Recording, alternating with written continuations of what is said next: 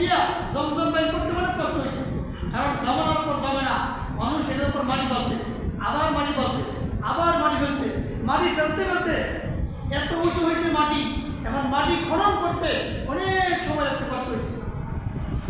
যখন কষ্ট হয়েছে তখন তিনি হারেসকে ডাক দিয়ে বলতেছে, বাবা বাপ পুতে মিললে এই যে জমজম বের করলাম, আমাদের তো অনেক কষ্ট হয়ে গেল, এই কষ্ট হয়ে গেল শব্দটা বললাম, আসমানের দিকে সাহেব বলতেছে, আল্লাহ আমার যদি আরো ছেলে সন্তান হইতো তাহলে তো আর কষ্টটা হইল না, আল্লাহ আমার তুমি 10টা ছেলে সন্তান দান করো। সুবহানাল্লাহ।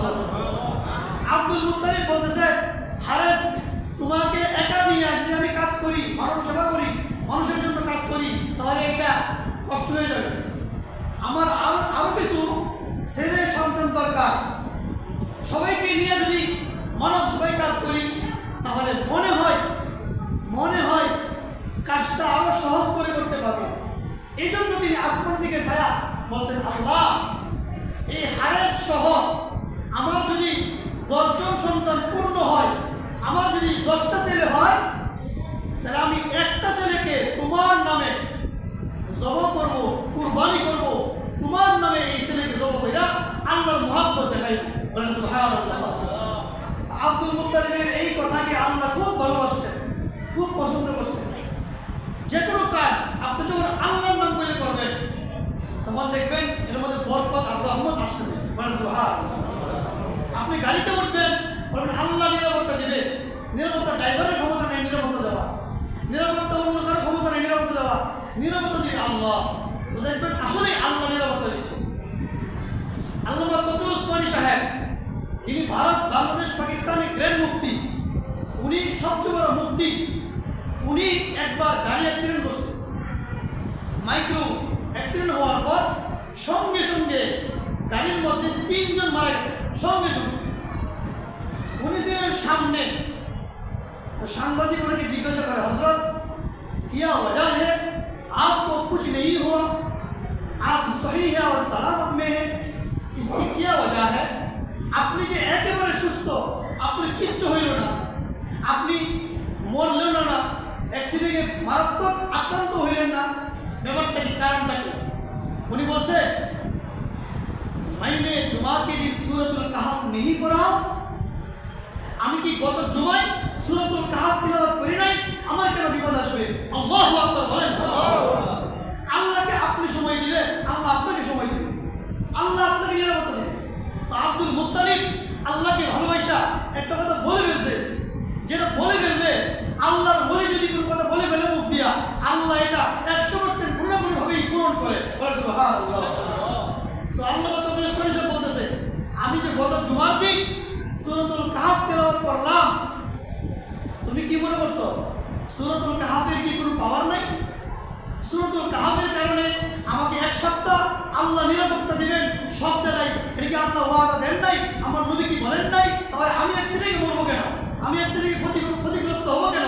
অ্যাক্সিডেন্ট হতে পারে কিন্তু আমার কোনো ক্ষতি হবে না, কারণ আমি গত জুমার দিন সূরাতুল কাহফ তেলাওয়াত করেছি। বলেন সুবহানাল্লাহ।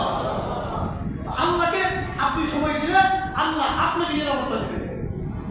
তো আব্দুল মুত্তালিব আল্লাহকে খুশি করার জন্য বলছে, আমার 10টা সন্তান হইলে আমি 10টা সন্তানের মধ্যে একটা সন্তানকে আল্লাহর নামে জবাই করে দিব। জবাইয়ের ঘটনা কিন্তু তারাও জানতেন।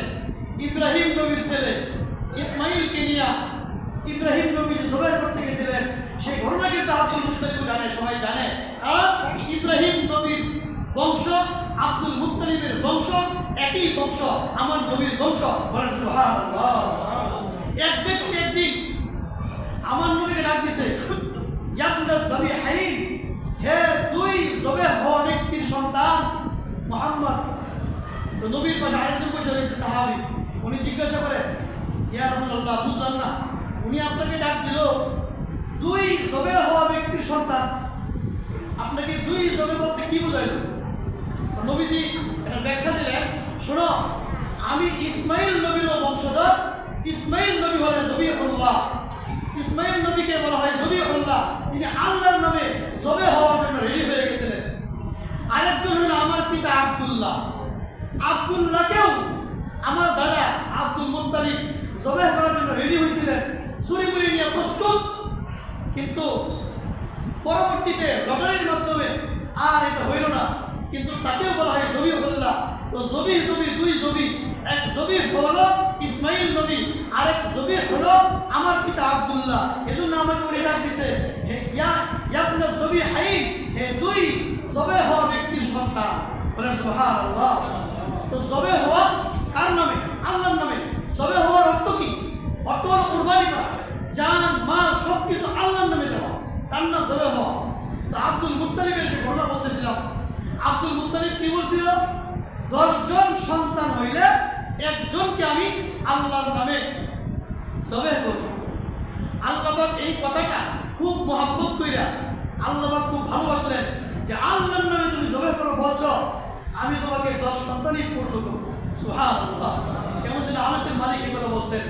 তো যাই হোক, যেই দিন 10 জন সন্তান হয়ে শেষ, এখন 10টা সন্তান পূর্ণ হয়ে গেছে। আব্দুল মুত্তালিব তখন সবাইকে ডাকছে, তাইকে বলতেছে, শোনো, হারেসকে নিয়ে জমজম খুঁজছিলাম, খনন করছিলাম, সেই দিন বলছিলাম, হারেস তোমাকে নিয়ে কাজ করে তো কষ্ট হয়ে গেছে, তোমাকে নিয়ে যদি মানব সেবায় কাজ করি তাহলে কম কাজ করতে পারবো, আমার ছেলে সন্তান যদি বেশি থাকে তাহলে মানব সেবায় বেশি কাজ করতে পারবো, ক্লান্ত হয়ে গেছি। এই কথা বললা আল্লাহর দিকে সাহেব বলছিলাম, আল্লাহ আমাকে 10টা সন্তান দান করো। দেখো বাবারা, তোমরা আজকে 10 ভাই, এখানে কিন্তু আমাদের নবীর বাবা আছে আব্দুল্লাহ। সুবহানাল্লাহ। আব্দুল মুত্তালিব তখন এই 10 জনকে টার্গেট করে বললো, দেখো তোমাদের এই 10 জনের মধ্যে যে কোনো একজনকে আমাকে আল্লাহর নামে জবে করতেই হবে। কে প্রস্তুত? তো জবে হওয়ার জন্য কে প্রস্তুত? এই কথা প্রশ্ন করছে আব্দুল মুত্তালিব। তো আব্দুল মুত্তালিব প্রশ্ন করার পরে 10 ভাইয়ের সবাই বলতেছে, আমরা তো প্রস্তুত, কিন্তু একটা কাজ করলে ভালো হবে, কারো আপত্তি থাকবে না। সেটা কি? সেটা হইল লটারি দেন, লটারিতে যার নাম আসে তাকেই আপনি জবাব করবেন। সুবহানাল্লাহ বলেন। লটারি সেখান থেকে আসছে, লটারি দেওয়া ভালো। কোন লটারি? যেই লটারির মধ্যে কোনো আদান প্রদান হবে না, লেনদেন নাই, টাকা পয়সার কোনো কথা নাই। সেটা যদি টাকা পয়সার কথা থাকে, 10 জনে মিললে 1 লাখ টাকা করে দিল, 10 লাখ টাকার গাড়ি একজনে নিয়ে যাবে, এটা বাজি, এটা হারাম, এটা মাইসার, এটা জুয়া। বলেন নাউজুবিল্লাহ মিন যালিক। এই লটারি সঠিক না। আরেকটা লটারি আছে, যেই লটারি হলো কোনো টাকা পয়সার লেনদেন নাই। কোন জিনিসটা আপনি বের করবেন, একটা জিনিস বের করার জন্য লটারি দিচ্ছেন, সেটা তো অসুবিধা নাই। তো আব্দুল মুত্তালিব 10 ছেলের নাম লেখা, 10 জন ছেলের নাম লেখছে, লেখা একটা বাড়ির মধ্যে লেখা বলছে, একজনে উঠাও, যার নাম উঠবে তাকেই আমি আল্লাহর নামে জবাই করব। তো নাম উঠাইছে, নাম উঠছে আমার নবীর বাবার নাম আব্দুল্লাহর নাম। সুবহানাল্লাহ বলেন না সুবহানাল্লাহ। মানে কি? আমার নবীর বাবার নাম ওঠার কারণটা কি? কারণটা হইল যে আমার নবীর বাবা একজন গুরুত্বপূর্ণ পার্সন, তার অরুজ্জ্বল সন্তান হিসেবে খাতামুন নবীন আসবেন, তাকে আল্লাহ কুরবানি করাইতে চান, তাকে আল্লাহ কুরবানি করাইতে চান, যাকে আল্লাহ ভালোবাসেন, তাকে কিছু কষ্ট দিয়া পরীক্ষা করেন। সুবহানাল্লাহ। পরীক্ষা আল্লাহ কারে করেন? যে ছাত্র তাকে পরীক্ষা করেন, যে সুদ খায়, যে ঘুষ খায়, যে হারাম খায়, যে বেলাইনে চলে, যে বেনামাজি, যে বেরোজগার, তাকে আল্লাহ পরীক্ষা করবেন না। সেটা এমনি মরা করে জাহান্নামে যাবে যদি তওবা না করে। কথা বলেন ঠিক কিনা? সে কি পাপী? সুদ খায়, ঘুষ খায়, বেনামাজি, সে তো এমনি পাপী, সে তো এমনি তওবা না করে মরলে জাহান্নামে যাবে। তাকে আল্লাহ পরীক্ষা করবেন না। পরীক্ষা করবেন কাকে? যে আল্লাহর পছন্দের বান্দা, নামাজি, সুদ খায় না, হালাল খায়, তাকে আল্লাহ মাঝে মাঝে বিপদ দিয়া তার পরীক্ষা করবেন, টেস্ট করবেন তোমার ঈমানের কি হালত। তো আমার নবীর বাবা আব্দুল্লাহ, ওনাকেও আমার নবীজির খাতিরে, আমার নবীজিকে অনেক কষ্ট দেওয়া হয়েছে ইসলামের জন্য, ইসলামকে প্রতিষ্ঠা করার জন্য। তাইফের ময়দানের কথা আপনারা সবাই জানেন। কেন? সেই কাহিনী হলো একটাই, সেটা হলো যাকে আল্লাহ বেশি ভালোবাসেন তাকে আল্লাহ একটু কষ্ট দেন দুনিয়াতে, আর কষ্ট দিয়া তার মর্যাদাকে বাড়ায় দেন। সুবহানাল্লাহ। আমার নবীর পিতার নাম ওঠার কারণটা হলো আমার নবীর পিতাকে আল্লাহ ভালোবাসেন। আমার নবীর পিতার ভরসার সন্তান হিসেবে খাতামুন নবী আলিয়্যিন আসবেন, এই জন্য আমার নবীর পিতার নাম আব্দুল্লাহর নাম উঠে গেছে লটারির মধ্যে। এখন সবাই মিললে সুরিপুরি আইনে প্রস্তুত, বাবা যে হাতিমে কাবা, কাবা শরীফের চত্বরে আব্দুল্লাহকে নিয়ে যান, নিয়ে শোয়া ডাইরেক্ট জবাই করেন ইসমাইল নবীকে। ইব্রাহিম নবী যেমনি শোয়াইছিলেন, আপনিও আব্দুল্লাহকে এমনি শোয়ান, এমনি লটারি দিবেন, লটারির মধ্যে নাম হচ্ছে এমনি আপনি তাকে সরাসরি জবাই করেন। আব্দুল্লাহ প্রস্তুত জবাই হওয়ার জন্য, বলেন না সুবহানাল্লাহ। কুরবানি কাকে বলে? এই সমস্ত ঘটনা বলার উদ্দেশ্য একটা, আমাকে কুরবানি দিতে হবে, ইমানের পরীক্ষা সামনে আসবে, সাবধান, গুনার খাতিরে যাবো না। ইমানের পরীক্ষা আসলে আমি যদি ঠিক থাকতে পারি, গুনার কাছে যাবো না, গুনার থেকে বাঁচবো। তো জবিহুল্লাহ আব্দুল্লাহ বলতেছে, বাবা 24 ঘন্টা প্রস্তুত, কোন সময় আমাকে আপনি আল্লাহর নামে জবাই দেবেন, কোনো অসুবিধা নাই, আমাকে নিয়ে যান। ছুরি নিয়ে আব্দুল্লাহকে নিয়ে ডাইরেক্ট কাবা চত্বরে যখন উপস্থিত, আব্দুল মুত্তালিব মাত্র শোয়া জবাই করবেন, এমনি নবীজির ফুফুরা ধরে আইছে। নবীজির এক ফুফু বলতেছে, বাবা আব্দুল্লাহ কিন্তু আমাদের ভাই, আমরা হইলাম তার বোন, আমাদের একটা আবেদন কি আপনি রাখবেন? বলে কি আবেদন? বলে আবেদন হইল আপনি একটা কাজ করেন, বর্তমান সময়ে একটা ব্যক্তির সমান সমান হলো 10টা উট। এই আব্দুল্লাহর নাম আইছে, ঠিক আছে, আপনি তাকে জবাই করবেন আল্লাহর নামে, এটাও ঠিক আছে, সেও জবাই হওয়ার জন্য প্রস্তুত, এটাও ঠিক আছে, সবকিছু আল্লাহর মহব্বতে, ঠিক আছে, মানলাম। কিন্তু তাকে জবাই না কইরা 10টা উটকে জবাই করে দেন আর তাকে ছেড়ে দেন। সুন্দর একটা বুদ্ধি দিছে। তৎকালীন সময়ে এক ব্যক্তির হত্যার পরিবর্তে 10টা উট ছিল বিয়ত, মানে সমান সমান। কাউকে যদি হত্যা করার হুকুম আসতো শরীয়তের দৃষ্টিতে, তো তাকে হত্যা না করে 10টা উট তার বদলায় দিয়ে দিলে এটা আদায় হয়ে যেত। এটা নিয়ম ছিল আর কি ওই সময়ে, যে সময় এখনো আমার নবী দুনিয়াতে আসেন নাই, আমাদের শরীয়ত এখনো আসে নাই ওই সময়। তো যাই হোক, আব্দুল্লাহকে বাঁচানোর জন্য বোনরা এই পদ্ধতি আব্দুল মুত্তালিবকে বললো। তখন আব্দুল মুত্তালিব 10টা উট নিজে ক্রয় কইরা এই 10টা উটকে সামনে আইনা সব উটের নাম লিখছে এবং আব্দুল্লাহর নামও লিখছে, 11টা নাম। এই 11টা নামের মধ্যে লটারি দিছে। লটারির মধ্যে যার নাম উঠবে, যদি উটের নাম উঠে উটকে জবাই করা হবে, আর যদি উটের নাম না উঠে আব্দুল্লাহর নাম উঠে আব্দুল্লাহকে জবাই করা হবে। তখন আব্দুল মুত্তালিব যখন লটারি দিল, এই 10 উটের মধ্যে আল্লাহর নবীর বাবার নাম আসলো। সুবহানাল্লাহ। মানে কি, আল্লাহর নবীর বাবাকে আল্লাহ মহব্বত করেন, ভালোবাসেন, এই জন্য বারবার আমার নবীর বাবার নাম চলে আসে। এই কুরবানি আব্দুল্লাহ দিছেন।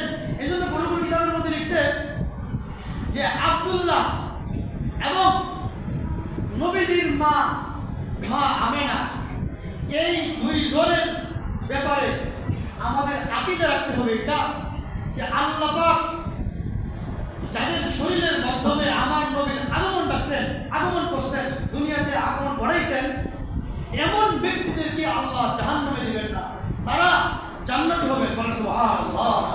যদিও নবীর আগে ইন্তেকাল করছে, নবী যখন নবুয়ত পান্নে দুনিয়াতে আসেন নাই, নবী যখন মাতৃগর্ভে তখন ইন্তেকাল করছে আব্দুল্লাহ। আর আব্দুল্লাহকে আমাদের নবীজির উপর ঈমান আনছে, নবীজির কালিমা করছে, এটা একটা প্রশ্ন আসতে পারে সবার মাথায়। এই জন্য বললাম কিতাবের মধ্যে লেখা, আহলুস সুন্নাহ ওয়াল জামাতের আকীদার কিতাবে লেখা আছে যে আমার নবীর বাবা, যার ভরসে আমার নবীর জন্ম, যেই শরীরের সাথে আমার নবীজির শরীর যুক্ত, আমার নবীজির রূহ যুক্ত, এমন একটা শরীরকে আল্লাহ জাহান্নামে পুরাইবেন, এটা হইতে পারে না।